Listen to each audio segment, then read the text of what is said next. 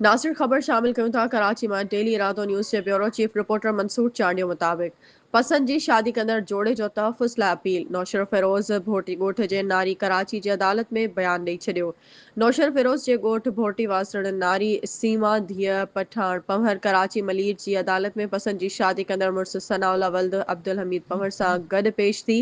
media सां ॻाल्हाईंदे चयो त हूअ बालिग़ आहे संदसि उमिरि 18 साल आहे ऐं हुन पंहिंजी रज़ा ख़ुशीअ सां सनाउल्ला सां शादी कई आहे नारी ॿुधायो त खेसि कंहिं बि वर्गलाइण लाइ या अगवा करण वारो इल्ज़ाम बेबुनियाद आहे हुन पंहिंजी मर्ज़ीअ सां ज़िंदगीअ जो फ़ैसिलो कयो आहे पर हाणे संदसि माइट जिन में भाउ सिराज चाचा दिलदार शेरल मामा नवीद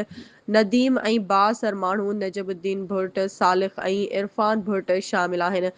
खेसि ऐं संदसि मुड़ुस खे क़त्ल जी धमकियुनि सां हिरासा करे रहिया आहिनि सीमा वधीक इल्ज़ाम लॻायो त नजमुद्दीन भुट ऐं संदसि साथियुनि संदसि मुड़ुस जे घर ते कब्ज़े सां गॾु क़ीमती सोना ज़ेवर नक़द रक़म ऐं चौपायो माल लोटे वरितो आहे हिन वक़्तु हूअ ऐं संदसि मुड़ुस ख़ौफ़ जे माहौल में ज़िंदगी गुज़ारे रहिया आहिनि नारी एसएसपी नौशर फेरोज़ ॿियनि आला अख़्तियारनि खां अपील कई आहे त उन्हनि खे तहफ़ुज़ फराहम कयो वञे ऐं संदसि मुड़ुस जे घर मां फुड़लुट कंदड़नि ख़िलाफ़ क़ानूनी कार्रवाई कई वञे नारी हुन सां गॾु पंहिंजी अगवा बाबति दाख़िल करायल एफआईआर खे कूड़ो करार ॾींदे ख़तमु करण जो बि मुतालबो कयो